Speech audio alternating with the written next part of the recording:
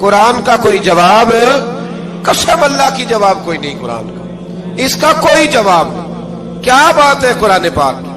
وہ ایک دفعہ مسلمہ کذاب بے ایمان کہنے لگا میں نے بنا لیا ہے قرآن پاک کا جواب۔ معاذ اللہ، جواب کیا بنایا؟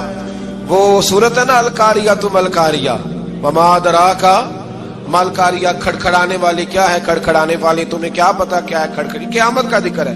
کہنے لگا میں نے اس جیسی صورت بنا لیا، تو کیا بنایا؟ الفیل ملفیل، وما ادراک ملفیل۔ کہنے لگا ہاتھی، تمہیں کیا پتا کیا ہاتھی، تم کیا جانو کیا ہاتھی۔ تو پاس جو اس کے اپنے بیٹھے تھے نا چیلے، کہنے لگے چپ کر جا، سارے زمانے کو پتا ہے ہاتھی کیا ہوتا ہے۔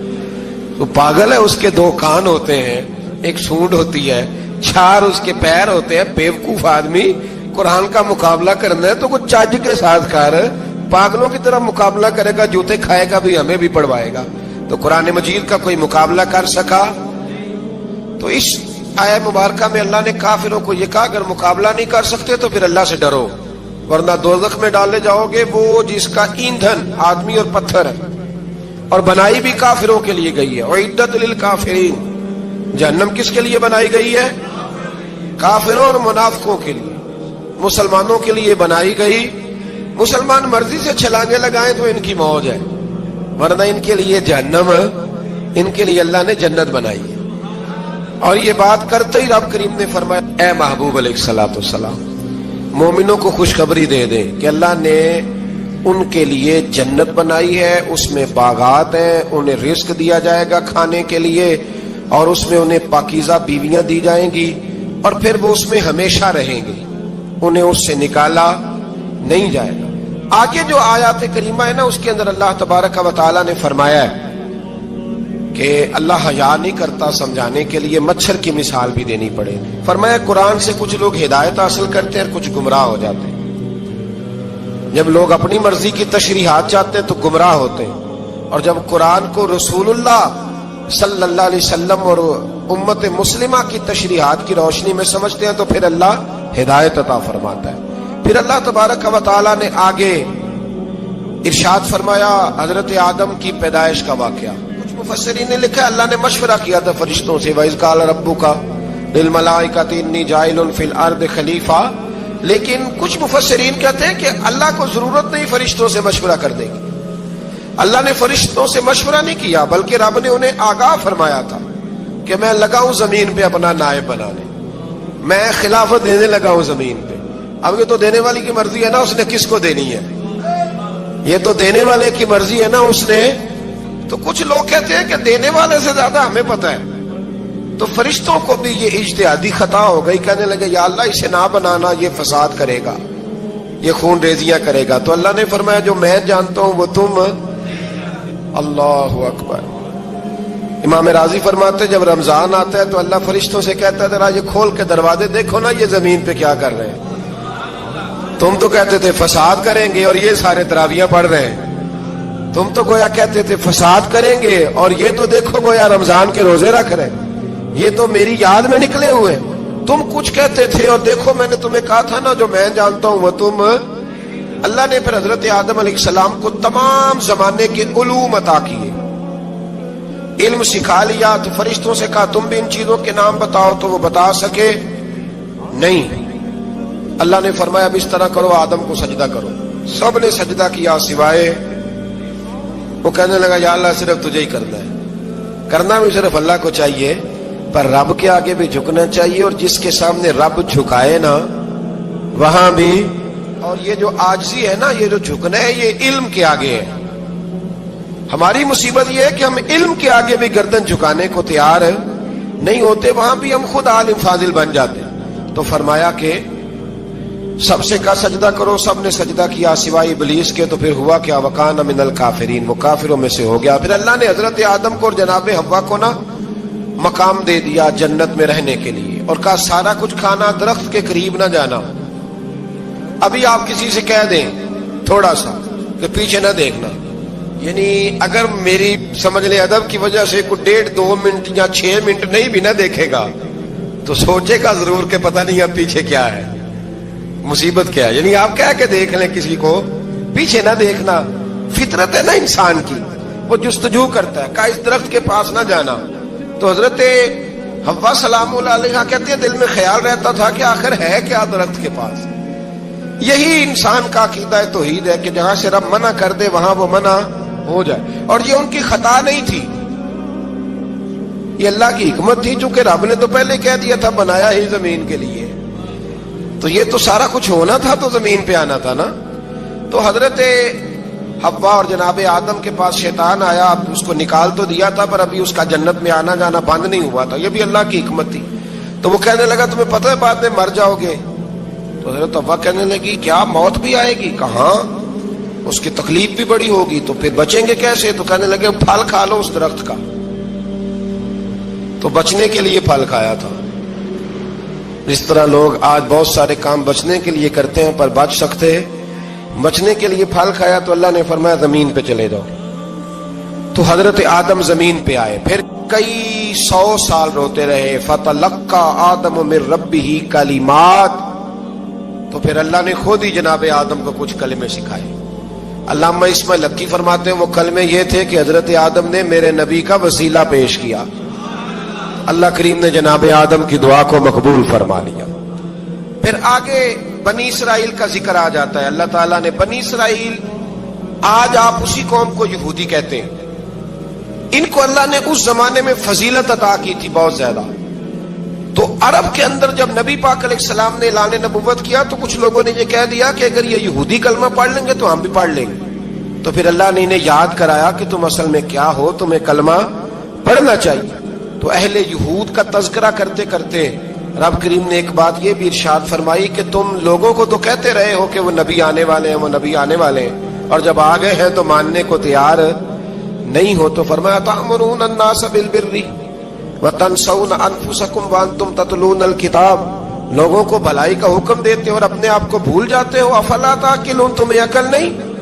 پھر اللہ نے انہیں یہ بھی یاد کرایا کہ یاد کرو وہ زمانہ کہ جب فرعون نے خواب دیکھ لیا تھا کہ کوئی بچہ اس کی سلطنت کو تباہ کرے گا, تو پھر اس نے تمہارے بچوں کو ذبح کرانا شروع کیا اور تمہاری بیٹیوں کو چھوڑتا تھا. فرمایا یہ بھی تو تم نے دیکھا, میں نے تمہیں پھر تم سے کہا جہاد کرو قوم عمالقہ کے خلاف, تو مقام طیہ میں جا کے یہ لوگ کہنے لگے ہم سے جہاد نہیں ہوتا. اللہ نے انہیں ایک میدان میں قید کر دیا. بڑی دلچسپ بات, قید تو لوگ ہوتے ہیں نا چار دیواری میں, تو اللہ نے بنی اسرائیل والوں کو جب انہوں نے کہا ہم جہاد نہیں کریں گے تو اللہ نے میدان میں قید کر دیا. میدان میں, یہ یاد رکھیں, جب انسان اللہ کی نافرمانی کرتا ہے تو اسے ایسی قید ملتی ہے جس کا اس نے تصور بھی نہیں کیا ہوتا. ایک میدان ہے مقام طیہ, قید ہو گئے, سارا دن سفر کرتے تھے, سارا دن, تو رات کو تھک کے سوتے تھے, صبح اٹھتے تھے نا جب, تو وہیں ہوتے تھے جہاں کل صبح چلے تھے. تو رب جب کسی کو قیدی بناتے ہیں تو اسے زنجیروں کی سلاخوں کی ضرورت, دعا فرمائے اللہ تبارک و تعالی غموں سے نجات عطا فرمائے. یہ دعا فرمائے, ایسی قید دیتا ہے کہ جس سے پھر چھٹکارا ہو سکتا. تو بنی اسرائیل کا بہت زیادہ تذکرہ اس بارے میں اللہ تبارک و تعالی نے پھر بیان کیا, اور پھر کہا کہ انہیں جو حکم دیا جاتا تھا یہ اس کی سرتابی کرتے تھے. پھر اللہ نے ان پر ذلت نازل کر دی اور یہ ہمیشہ اس کا شکار رہے. قوم سبت کا ذکر فرمایا اللہ نے, ہفتے والے دن کچھ لوگ نافرمانی کرتے تھے. ہمارے بھی ہیلے بہانے ہیں نا آج کل کاروبار میں. تو اسی سپارے کی آیت نمبر 65 کے اندر اللہ تعالیٰ نے حضرت داؤد کی قوم کا ذکر کیا کہ اللہ نے انہیں حکم دیا تھا کہ ہفتے والے دن مچھلیاں نہیں پکڑنی. تو وہ کہتے تھے چلو ہاتھ لگا کے نہیں پکڑنی, ہاتھ لگا کے. وہ ہمارے لوگ ہیلے بہانے تلاش کر لیتے ہیں نا, وہ بڑے جناب انشورنس والا آ گیا, اب وہ بینک والا آ گیا, وہ فلانے صاحب آ گئے, وہ تروڑ مروڑ کے کہانیاں باتیں, اور پھر ہمیں بھی رستے مل جاتے ہیں بچنے کے. مفتی صاحب نے کہہ دیا تھا, ایک مولانا سے میں نے ان کو کہا ہفتے والے دن مچھلیاں نہیں پکڑنے کا, نہیں پکڑتے, چھوٹے چھوٹے حوض بنا لیے. تو مچھلیاں زیادہ آتی تھی اس دن, یہ بھی اللہ کی قدرت تھی. نماز کے وقت گاہک زیادہ آتے ہیں, یہ اس کی قدرت ہوتی ہے. تو وہ مچھلیاں حوض میں جمع ہو جاتی ہیں, یوں سمجھ لیں کہ جال انہوں نے لگا لیے ہوئے تھے, تو جال میں وہ پھنستی رہتی تھی, حوضوں میں آتی رہتی تھی. ہفتے کو نہیں پکڑتے تھے, اتوار کو پکڑ لیتے تھے. تو پھر اللہ نے انہیں سزا دی. فرمایا تماشے کرتے ہو اللہ کے حکم کے ساتھ, کیا سزا دی؟ فَقُلْنَا لَهُمْ كُونُوا قِرَادَةً خَاسِئِينَ, فرمایا بندر بن جاؤ دھتکارے ہوئے.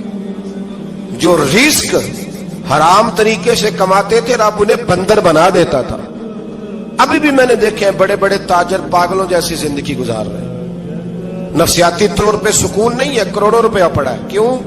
اس لیے کہ رب کے بتائے ہوئے طریقے کے مطابق تجارت نہیں کرتے. آگے ایک اور دلچسپ بات آ گئی. بنی اسرائیل کے اندر نا ایک شخص نے اپنے چچا کو قتل کر دیا جائیداد کے لیے. یہ دیکھیں کب سے لوگ جائیداد کے لیے قتل کرتے آ رہے ہیں. چچا کو قتل کر دیا, اور قتل کر کے حضرت موسیٰ علیہ السلام کے پاس آئے کہ میرے چچا کو کسی نے قتل کر دیا ہے, تو بتائیں کیا کرنا ہے. تو آپ نے فرمایا کہ گائے ذبح کرو اور اس کا ایک ٹکڑا مقتول کو مارو, مرنے والے کو, وہ خود اٹھ کے بتا دے گا مجھے کس نے قتل کیا ہے. اب ارادہ نہیں تھا گائے ذبح کرنے کا تو بہانے کرنے لگے. ارادہ نہیں نہ ہوتا تو پھر کیا ہوتے ہیں, کہنے لگے گائے کس طرح کی ہو, بوڑھی ہو کہ بچی ہو, رنگ کیسا ہو, جوان ہو کہ چھوٹی ہو, حال میں ایک دفعہ چلنا سیکھ گئی ہو یا ابھی نہ سیکھی ہو. تو بتاتے گئے تو رب بھی شرطیں بیان کرتا گیا. گہرے زرد رنگ کی ہو, حال کے اندر اسے نہ چلایا گیا ہو, پانی نہ نکالا گیا ہو, نہ بچی ہو نہ جوان ہو, اس کے درمیان ہو. یہ ساری شرطیں کہاں پائی جاتی تھی؟ حضرت موسیٰ علیہ السلام کی قوم کا ایک شخص تھا جو اللہ کا ولی تھا. وہ جب انتقال کرنے لگا نا, اللہ اکبر, دیکھو رب ولیوں کی اولادوں پر بھی کتنا فضل فرماتا ہے. وہ جب انتقال کرنے لگا تو ایک اس کے پاس چھوٹی سی بچیا تھی, گائے کی بچی, اس نے جنگل میں چھوڑ دی. کہنے لگا یا اللہ میں تیرے نام پہ چھوڑتا ہوں, میرا بچہ جوان ہو جائے تو اسے دے دینا, اور تو سرمایہ ہی کوئی نہیں. بچہ بڑا ہوا تو بچہ بھی بڑا نیک تھا, اپنی ماں کا بڑا فرما بردار تھا. اس کی ماں نے کہا بیٹا تیرے باپ نے ایک گائے چھوڑی تھی. تو بچہ جنگل میں گیا اور جا کے کہنے لگا اے اللہ میری گائے مجھ سے ملا دے. تو رب کریم نے وہ گائے واپس کر دی. وہ گائے گھر لے آیا. اب وہ کہنے لگا اماں بیچ دوں, تو اماں کہنے لگی بیٹا میرے پوچھے بغیر نہ بیچنا. کئی دفعہ کہا لگے پر اس نے کہا جب تک میری اماں نہ کہے گی میں بیچوں گا. ادھر بنی اسرائیل والے شرطیں جتنی گائے کے بارے میں پوچھ چکے تھے وہ ساری اسی گائے میں پائی جاتی تھی. تو یہ ڈھونڈتے ڈھونڈتے وہاں پہنچ گئے. تو کہنے لگے گائے چاہیے. تو اس نے کہا بھی تمہاری مرضی سے نہیں, قیمت میری مرضی کی. ایک مفسر نے تو یہاں تک لکھا ہے کہ اس نے کہا گائے ذبح کر کے نا, تو جتنا گائے کے اندر گوشت ہوگا نا اتنا ہی کھال کے اندر تو مجھے مال بھر کے دو گے, اتنے سکے بھر کے دو گے, اتنی اشرفیاں بھر کے دو گے, تو پھر تمہیں گائے دوں گا. تو پھر یہ گائے انہیں ملی اور یہ گائے لے کر کے آئے. زیادہ سوالات نہ کرتے تو زیادہ الجھتے نہ. ہم بھی دین کے معاملے میں بڑے سوال جواب کرتے ہیں, اتنا سوال کریں جتنی اس کی ضرورت ہے. ان لوگوں نے سوالات زیادہ کیے تو پھر الجھ زیادہ گئے. تو میرے بھائی اس کا ذکر بھی اللہ تبارک و تعالیٰ نے پہلے پارے کے اندر بیان فرمایا. پھر اللہ کریم نے فرمایا کہ کچھ ایسے لوگ بھی ہیں یہودیوں میں سے جن کا دعویٰ ہو گیا ہے کہ ہم اللہ کے بڑے پیارے ہیں. فرمایا یہ صرف ان کے منہ کی باتیں, یہ تو قیامت میں پتہ چلے گا نا کہ اللہ کا پیار کس کے ساتھ زیادہ ہے. اور پھر یہ بھی یہودیوں نے دعویٰ کیا ہے, اسی پارے میں اللہ فرماتے ہیں کہ ان کا دعویٰ ہے کہ ہم اللہ کے بڑے پیارے ہیں, جنت میں ہم ہی جائیں گے. تو اللہ فرماتے ہیں پھر مرنے کی دعا تو کرو, جنت میں تو مر کے جانا ہے نا. لیکن رب فرماتے ہیں یہ کبھی مرنے کی دعا نہیں کریں گے, اس لیے کہ انہیں پتہ ہے کہ ہم نے آخرت کے لیے کیا بھیجا. لیکن جی پہلا حکم آ گیا یا ایھا الذین آمنوا کہہ کے, پہلی آیت قرآن پاک پہلے سپارے میں پہلی آیت جس میں اللہ نے کہا یا ایھا الذین آمنوا. تو پہلا حکم آمنوا کہہ کے آیت نمبر 104 میں جو اللہ نے حکم دیا ہے نا وہ نبی پاک کی تعظیم کا حکم ہے. پہلا حکم ہی اللہ نے حضور کی عزت اور ناموس کا ارشاد فرمایا. پہلا اس ترتیب کے لحاظ سے وہ ہوا یہ کہ جب نبی پاک کو بات ارشاد کرتے تو صحابہ کرام اٹھ کے عرض کرتے رائینا یا رسول اللہ, حضور سمجھ نہیں آئی ذرا رعایت کر دے. تو یہودیوں کی عبرانی زبان کے اندر نہ ذرا کھینچ کے پڑھتے تھے رائینا, تو اس کا معنی بنتا تھا معاذ اللہ اے ہمارے چرواہے. بکریاں چرانے والے کو بھی وہ رائینا کہتے تھے. تو جب صحابہ یہ کہنے لگے تو اللہ نے منع ہی کر دیا. فرمایا میرے محبوب کے غلاموں, اس لفظ کے پیچھے چھپ کے, اس لفظ کے پیچھے چھپ کے لوگ میرے نبی کی بے ادبی کر جاتے ہیں. تو جس لفظ کا کوئی ایک معنی بے ادبی والا بنتا ہو وہ لفظ بھی میرے نبی کے لیے نہ کہو. لفظ وہ والے کہو جس میں کوئی بے ادبی کا معنی نکلے نہ. یہاں لوگوں نے بڑے بڑے لفظ نہیں بول دیے پھر کہتے ہیں میرا مطلب یہ تھا میرا مطلب وہ تھا. تو تو نے وہ لفظ بولا کیوں جس کا کوئی غلط مطلب بھی نکل سکتا تھا؟ اللہ نے فرمایا یا ایھا الذین آمنوا لا تقولوا رائنا، اے ایمان والو رائنا کہو ہی نہ. تو یا اللہ کیا کہیں؟ فرمایا وقولوا انظرنا، تم کہو یا رسول اللہ ایک نظر فرمائیے. انداز دیکھیے، انظرنا ایک نظر. تو ہمارے بزرگ تو پہلے ہی بڑے پیار والوں نے کہہ دیا یا رسول اللہ انظر حالنا. کہتے کہاں سے لاتے ہو جملے؟ میں نے کہا اللہ کی کتاب سے. یا رسول اللہ انظر حالنا یا حبیب اللہ اسما کالا. تو تم کہو انظرنا، محبوب نظر کرم کرے، واسمعوا، اور کیا ضرورت ہے دوبارہ پوچھنے کی؟ اللہ کہتے ہیں پہلے ہی دھیان سے سنا کرو، پہلے ہی واسمعوا، پہلے ہی احتیاط سے سنو. وللکافرین عذاب الیم، اور کافروں کے لیے دردناک عذاب ہے. لے جی اسی پارے میں اللہ تبارک و تعالیٰ نے پھر اہل یہود کا ذکر کیا. تو یہود کہنے لگے کہ ہم حضرت ابراہیم کے ماننے والے ہیں. تو اللہ کریم نے وہ بھی ذکر کیا کہ میں نے تو ابراہیم کو آزمایا ہے. وَإِذِ ابْتَلَىٰ إِبْرَاهِيمَ رَبُّهُ بِكَلِمَاتٍ فَأَتَمَّهُنَّ، ہم نے ابراہیم کو کچھ چیزوں سے آزمایا ہے، وہ ہماری آزمائش پہ پورے اترے. قَالَ إِنِّي جَاعِلُكَ لِلنَّاسِ إِمَامًا، تو پھر ہم نے انہیں کہا کہ ہم آپ کو پوری دنیا کا امام بنائیں گے. وہ آزمائش کیا تھی؟ آگ میں جانا بھی آزمائش، بیٹے کا نہ ہونا بھی آزمائش، بیٹا ہوا تو پھر اسے وادی غیر ذی زرع میں چھوڑ کے آنا بھی آزمائش، بڑا ہوا تو پھر ذبح کرنا بھی آزمائش. فرمایا جہاں جہاں آزمایا ہے نا ابراہیم ہماری آزمائش میں پورے اترے. فرمایا تو مفت میں حضرت ابراہیم کی اولاد بنتے ہو اور ان کا نام لیتے ہو اور ان کے ساتھ اپنا تعلق بناتے ہو، دیکھو تو صحیح وہ کتنی آزمائشوں سے گزرے. تو اس کا بھی اللہ نے اسی میں ذکر فرمایا.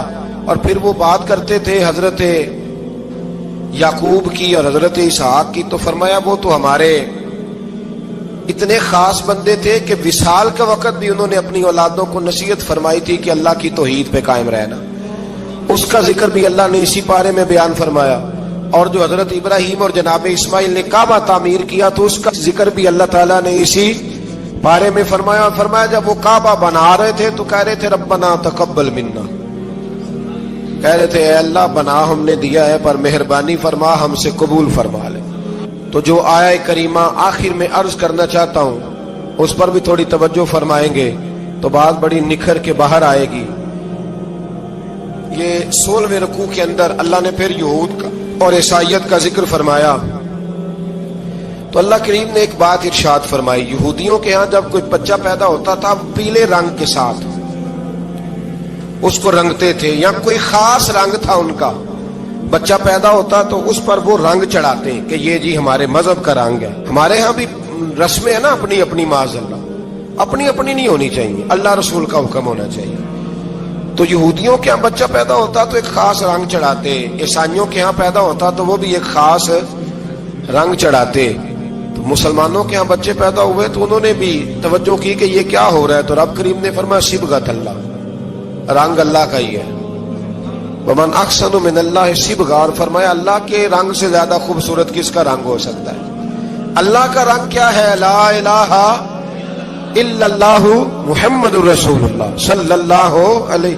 فرمایا نیلے پیلے کالے رنگ نہ چڑھاؤ، اپنے ذہن پر توحید و رسالت کا رنگ چڑھاؤ. یہ سب سے بہترین رنگ ہے. اگر تمہارے ذہنوں پر رب رسول کی توحید کا رنگ چڑھ گیا تو یہ وہ والا رنگ ہے، پھر تمہیں کسی اور رنگ کی طرف جانے کی ضرورت نہیں پڑے گی. تو فرمایا رنگ وہ پیدا کرو جو توحید کا ہے، رسالت کا ہے، اس رنگ کی توجہ کرو. قرآن مجید کے اس پارے میں اللہ کریم نے مختلف باتیں بیان کر کے آخری رکوع میں یہ جو رنگ کا ذکر فرمایا نا تو یہ لگتا ہے پورے پارے کا خلاصہ ہے کہ رب کریم نے فرمایا اصل بات یہ ہے کہ تمہاری سوچوں پہ رب رسول کی توحید و رسالت کا رنگ ہونا چاہیے. ہر وقت بچہ پیدا ہو کوئی دنیا سے جائے تو رنگ کس کا ہونا چاہیے؟ اللہ رسول کے دین کا. تو دقیانوس نام کا ایک بادشاہ ہوا بنی اسرائیل کے اندر، بڑا ظالم تھا. اس نے گمراہی پھیلا دی اور جو لوگ معاذ اللہ کفر اور شرک نہیں کرتے تھے انہیں قتل کروا دیتا تھا. تو 7-8 نوجوان اپنا ایمان بچا کے بھاگے. او ہو اللہ ساری دنیا مال بچا کے بھاگتی، وہ 7-8 نوجوان اپنا ایمان بچا کے بھاگے کہ یہ ہمیں کہیں کفر کی طرف نہ لوٹا دے، تو جا کے ایک غار کے اندر چلے گئے تو ایک کتا بھی ان کے ساتھ ہو گیا۔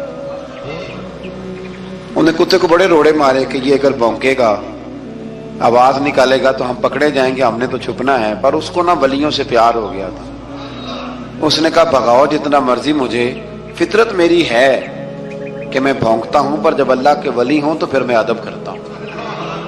یہ قرآنی واقعہ ہے۔ اچھا، یہ عین وہ واقعہ ہے قرآن مجید کا کہ جو بہت ساری چیزوں پر ویسے ہی نص ہے اور بہت ساری زبانیں ویسے گونگ ہو جاتی۔ تو وہ 6-7 لوگ تھے، وہ چلے گئے غار کے اندر، جا کے انہوں نے پناہ لے لی۔ بادشاہ کو پتہ چل گیا کہ غار کے اندر ہے۔ اچھا، اللہ کی قدرت، جیسے ہی داخل ہوئے انہیں نیند آ گئی،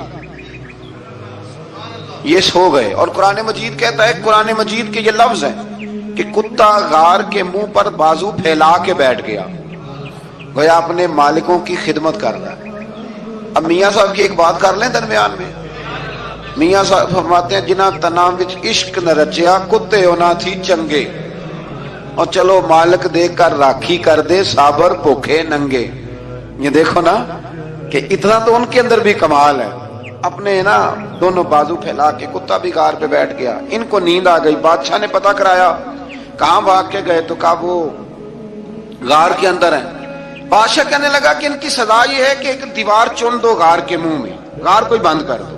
جس بندے کی ڈیوٹی لگائی نا غار چننے کی، بندہ بڑا نیک تھا، اس کو دیوار بنانے کا ذمہ دیا۔ اس نے نا دیوار بھی بنائی اور ایک تختی پہ نا سب کے نام لکھے، اور وہ تختی ایک صندوق میں رکھ کے وہاں بند کر دی، اور اسی طرح کی ایک تختی اس کے نیچے لکھا کہ ایک تختی ان کے ناموں کی نا میں مال خزانہ میں بھی بند کر رہا ہوں۔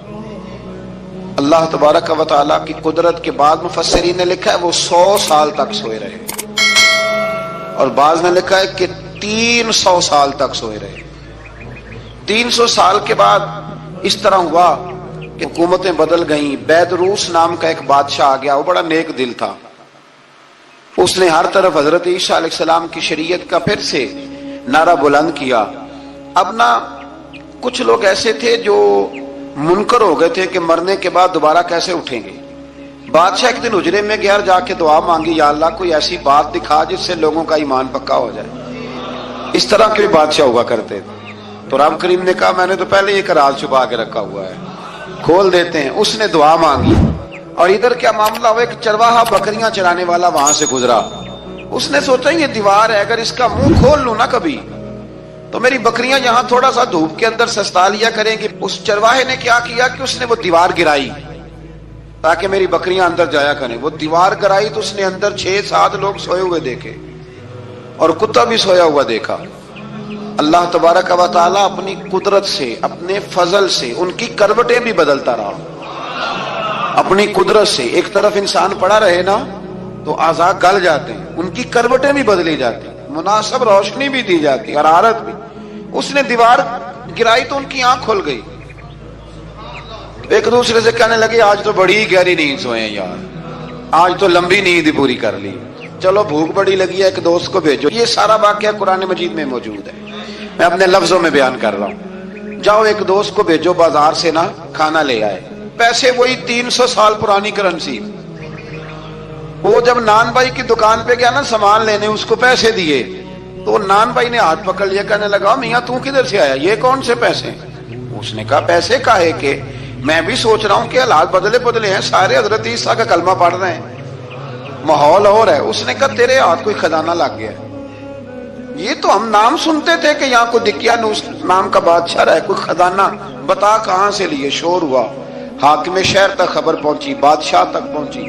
اس نے بتایا کہ بھئی ہم تو دقیانوس کے ڈر سے بھاگے ہیں، کل بھاگے ہیں یا آج سویرے، اتنا زیادہ ہمیں پتا نہیں، کل یا آج سویرے بس نا اتنا سا ہمیں یاد ہے کہ ہم گئے تھے۔ بہرحال لوگ جمع ہو گئے، اکٹھے ہو گئے، غار تک پہنچے۔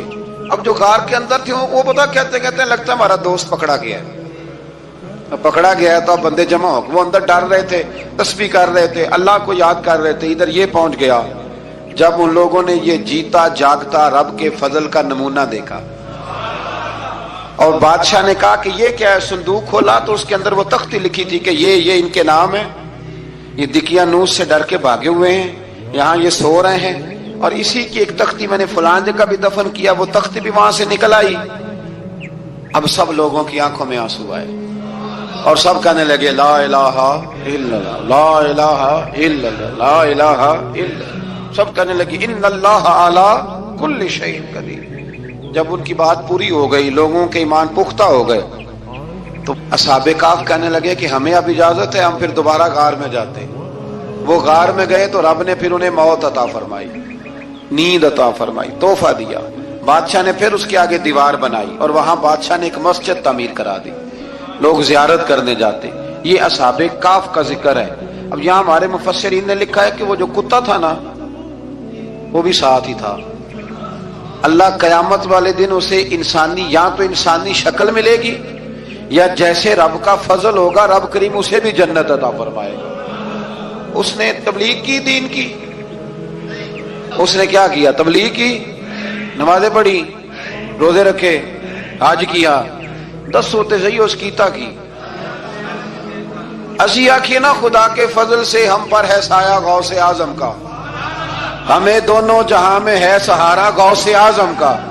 لوگ پریشان ہو جاتے ہیں، کہتے ہیں کس طرح کی بات کرتے ہو؟ تو میں نے کہا اصل میں تیرا عقیدہ کچا ہے۔ وہاں تو کتا چلا جائے ولی کے پاس تو رب اسے جنت دے دیتا ہے، تو جھیکتا جاتا مومن جائے تو اللہ کیوں فضل نہیں فرماتا؟ اس سے آگے نا پھر آیت نمبر 32 ہے، اس میں اللہ تبارک و تعالیٰ نے 2 لوگوں کا واقعہ بیان کیا ہے۔ فرمایا ایک شخص کے انگوروں کے باغات تھے اور چاروں طرف سے انہیں کھجوروں کے درختوں نے گھیر رکھا تھا اور درمیان میں کھیتی بھی تھی اور بیچ میں دریا بھی بہ رہا تھا، اور ان باغات نے بہت عمدہ فصل دی